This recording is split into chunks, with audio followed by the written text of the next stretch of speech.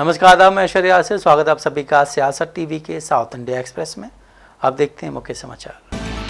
लगभग 3 हफ्ते तक बारिश न होने के बाद हैदराबाद में हल्की से मध्यम बारिश हुई, जिससे अधिकतम तापमान में गिरावट आई है। रात भर हुई बारिश जो आज सुबह भी जारी, उसकी वजह से सुबह का मौसम सुहावना और हवादार रहा। रंगारेड्डी, संगारेड्डी, साबराबाद और मिर्चल मलकाजगिरी जैसे पड़ोसी जिलों में भी सोमवार शाम से मंगलवार तड़के के बीच हल्की से मध्यम बारिश, जिसमें अधिकतम 34.3 mm और न्यूनतम 10 mm बारिश दर्ज की गई है। खासकर उत्तरी तेलंगाना के कई जिलों में जोरदार और भारी से बहुत भारी बारिश हुई है। THDPS के बारिश के आंकड़ों के मुताबिक मंचेरियल जिले के जिन इलाकों में सबसे ज्यादा बारिश हुई उसमें कोटापल्ली, कन्नेपल्ली और टंडूर शामिल हैं। भारी बारिश ने कामनपुर, पेदापल्ली, वेंकटपुर और मुलुगु में वाजिद और जयशंकर भूपल्ली जिले के महादेवपुर को तबाह कर दिया।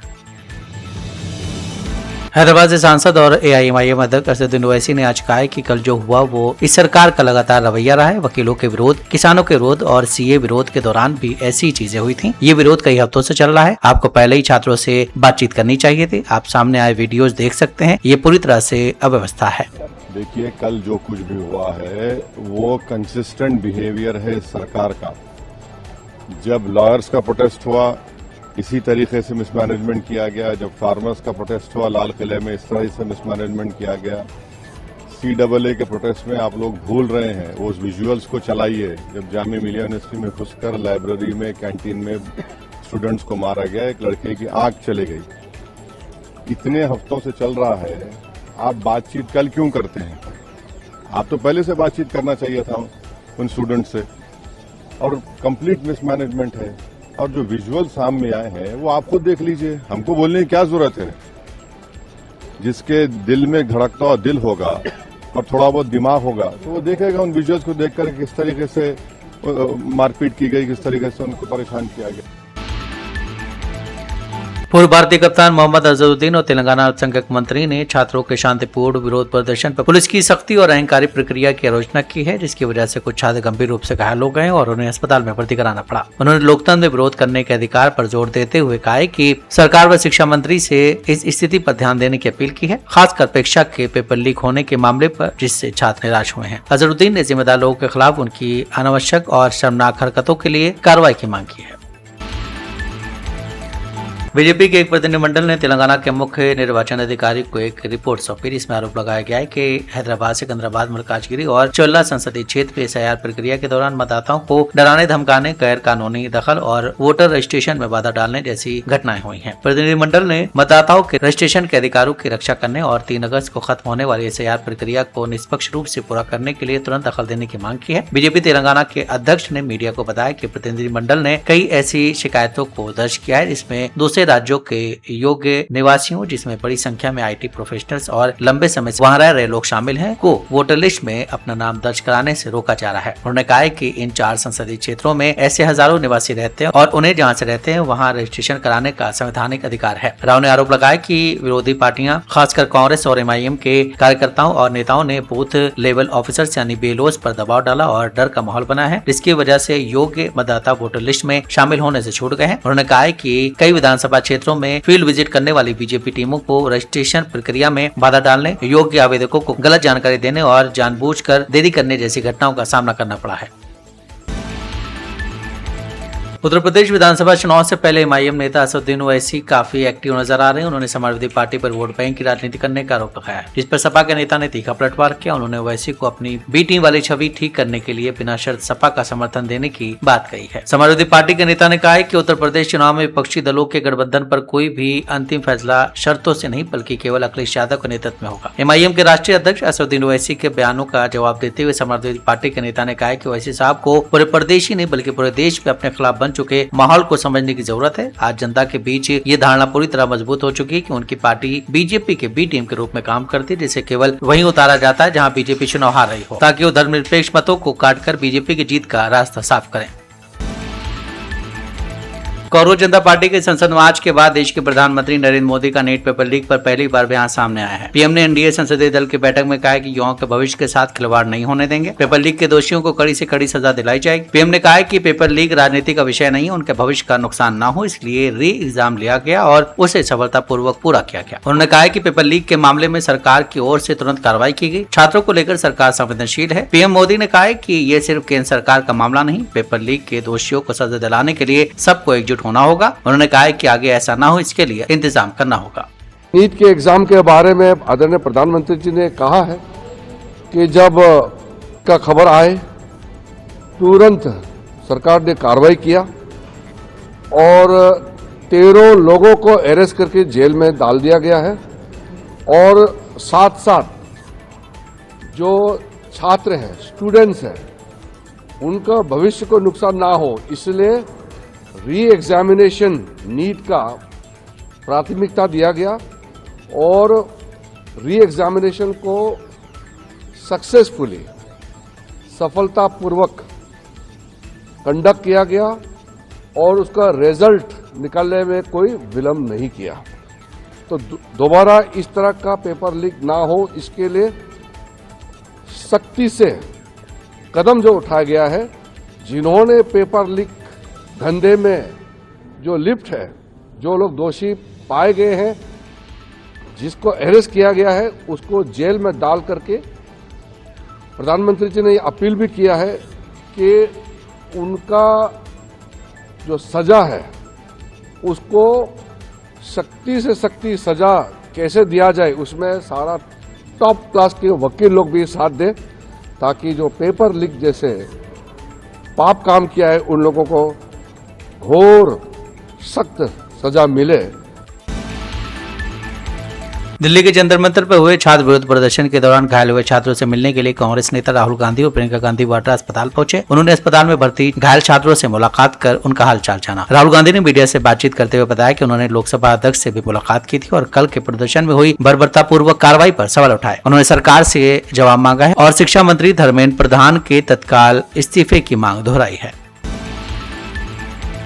कर्नाटक में नेतृत्व बदलने के बाद लंबे समय से अटके राज्य कैबिनेट के विस्तार को अंतिम रूप देने के लिए मुख्यमंत्री डीके शिव कुमार, पूर्व सीएम सिद्धरमैया और केपीसीसी अध्यक्ष नई दिल्ली पहुंच चुके हैं। उम्मीद है कि इस दौरे में कैबिनेट विस्तार की औपचारिक घोषणा से पहले नामों और विभागों की सूची तैयार कर ली जाएगी। सिद्धरमैया के बाद 3 जून को शिव कुमार ने मुख्यमंत्री पद की शपथ ली थी और तब से राज्य कैबिनेट अपनी पूरी क्षमता से कम सदस्यों के साथ काम कर रही है। सिद्धरमैया के इस्तीफे के बाद बनी मौजूदा शिव कुमार कैबिनेट में 14 सदस्य हैं, जिनमें उप मुख्यमंत्री जी परमेश्वर भी शामिल हैं। प्रियंका खड़गे को गृह विभाग का जिम्मा सौंपा गया, जबकि सिद्धरमैया के बेटे को शहरी विकास मंत्री बनाया गया। 24 जून को कांग्रेस आलाकमान ने विधायकों, धर्मगुरुओं और समुदाय के नेताओं को कड़ी चेतावनी दी थी कि वो डीके शिव कुमार के नेतृत्व वाली कैबिनेट में मंत्री पद के लिए लॉबिंग न करें और धैर्य रखें। कल सीजेपी के विरोध मार्च के दौरान पुलिस की कार्रवाई पर कांग्रेस अध्यक्ष और राज्यसभा में विपक्ष के नेता मल्लिकार्जुन खड़गे ने कहा कि हमने संसद में अन्याय, दमन और दबाव के मुद्दे को उठाने के लिए समय मांगा था, लेकिन जैसे ही मैंने एक शब्द कहा, माइक बंद कर दिया गया। क्या ये लोकतंत्र है? अगर आप लोकतंत्र में बहस नहीं चाहते, अगर आप हमारी बात नहीं सुनना चाहते, तो हम कहाँ जाएंगे? हम ये भी जानना चाहते थे कि जेपी नड्डा के साथ क्या चर्चा हुई। हम ये भी जानना चाहते थे कि उनकी अंतिम बैठक में क्या हुआ है। लोगों को इसके बारे में बताना जरूरी है, इसलिए हम इस पर चर्चा और उसके बाद गृह मंत्री का बयान चाहते थे। फ्लोर लीडर को इस पर बोलने की अनुमति दी जानी चाहिए थी। वो लोकतंत्र को खत्म करने की हर कोशिश कर रहे हैं। और लाठीचार्ज हुआ है और टीयर गैसेस छोड़े हैं और सभी स्टूडेंट्स को उनको मारपीट करके बहुत से लोग हॉस्पिटल में भी है। तो जो अन्याय और अत्याचार और जो एक उनके ऊपर दबाव बनाया जा रहा है, उसके खिलाफ हम पार्लियामेंट में उनके कंसेंट से आवाज उठाने के लिए, बात रखने के लिए समय भी पूछा था और हमने उठ के बात करने के लिए तैयार हो गए। लेकिन यूं ही हम उठे, यूं ही एक शब्द बोले, एक ही शब्द, तो माइक ऑफ हो गया, बंद हो गया। ये डेमोक्रेसी है। अरे डेमोक्रेसी में अगर डिबेट नहीं चाहते आप, डेमोक्रेसी में अगर आप हमारी बात सुनना नहीं चाहते हैं तो हम कहाँ जाए? और वो भी स्टूडेंट्स, लाखों स्टूडेंट्स बाहर से आए हैं, हर कोने कोने से आकर अपने बात को रखने के लिए वो कोशिश कर रहे हैं। हम ये भी जानना चाहते थे कि वो नड्डा साहब से क्या बात किए, हम ये भी जानना चाहते थे उसके बाद में इनकी जो इंटरनल होम मिनिस्टर ने बुला के इंटरनल मीटिंग की उसमें आपने क्या किया, क्योंकि ये जनता को बताना जरूरी है और पूरे देश के युवकों को भी बताना जरूरी है, स्टूडेंट्स को बताना जरूरी है। इसीलिए हम ये चाहते थे कि इसके ऊपर डिस्कशन हो और डिस्कशन के बाद होम मिनिस्टर एक स्टेटमेंट करे और दूसरे जो फ्लोर लीडर्स है उनको भी बात करने का एक मौका मिलना चाहिए। इस उद्देश्य से हमने आज सदन में उठाकर इसको जो सारे देश को बताना चाहते थे उन्होंने हमारा मुंह बंद कर दिया। आज विपक्ष के कई सांसदों ने संसद के दोनों सदनों में कई मुद्दों पर चर्चा के लिए नोटिस दिया। इन मुद्दों में नीट यूजी 2026 पेपर लीक और परीक्षा प्रणाली में कथित गड़बड़ियों से लेकर दिल्ली में प्रदर्शनकारियों के खिलाफ पुलिस की कार्रवाई और दल बदल विरोधी नए कानून की जरूरत तक शामिल थी। राज्यसभा सदस्य सैयद नासिर हुसैन ने उच्च सदन में एक प्रस्ताव का नोटिस पेश किया जिसमें कथित नीट यूजी पेपर लीक और CBSE की ऑन स्क्रीन मार्किंग प्रणाली से जुड़े विवाद पर तुरंत चर्चा की मांग की गई। हुसैन ने अपने नोटिस में ये कहा है कि ये सदन भारत की परीक्षा प्रणाली में आए बड़े संकट पर तुरंत चर्चा के लिए 0 आवर और क्वेश्चन आवर व दिन के अन्य कामकाज से जुड़े नियमों को सस्पेंड करे। सदन नीट यूजी 2026 को रद्द करने पर चर्चा कर सकता है क्योंकि 22 लाख से ज्यादा उम्मीदवारों को प्रभावित करने वाले कथित पेपर लीक नेटवर्क का पता चला है। CBSE के ऑन स्क्रीन मार्किंग सिस्टम को लागू करने में बड़े पैमाने पर गड़बड़ियां हुई हैं, भर्ती परीक्षाओं में बार बार विफलताएं हुई हैं और इन सब के कारण परीक्षाओं की निष्पक्षता पर लोगों का भरोसा कम हुआ है। युवाओं के विरोध प्रदर्शन पर कांग्रेस सांसद प्रियंका गांधी वाड्रा ने कहा है कि वो सभी जवान लोग हैं, उनके माता पिता उनके लिए लोन लेते हैं क्योंकि वो अपने बच्चों का बेहतर भविष्य चाहते हैं। बच्चों ने कहा था कि वो अहिंसात्मक तरीके से विरोध करने जा रहे हैं, उनकी बात सुनो और उन्हें बुलाओ। इस सबके लिए केंद्रीय शिक्षा मंत्री धर्मेंद्र प्रधान जिम्मेदार हैं। ये कोई नया मुद्दा नहीं है, ये बार बार हो रहा है और इस पर कोई कार्रवाई नहीं हो रही है। देश के युवा कह रहे हैं कि हम इतना सफर कर रहे हैं, हम इस मुद्दे को हल्के में नहीं ले सकते हैं। ये गरीबों, किसानों और बच्चों के खिलाफ है। देखिए, हम राहुल जी लगातार इस मुद्दे को उठा रहे हैं काफी समय से। ये कोई नया मुद्दा नहीं है, लेकिन इशू ये है कि ये बार बार हो रहा है और इस पे कोई कार्रवाई नहीं होती है।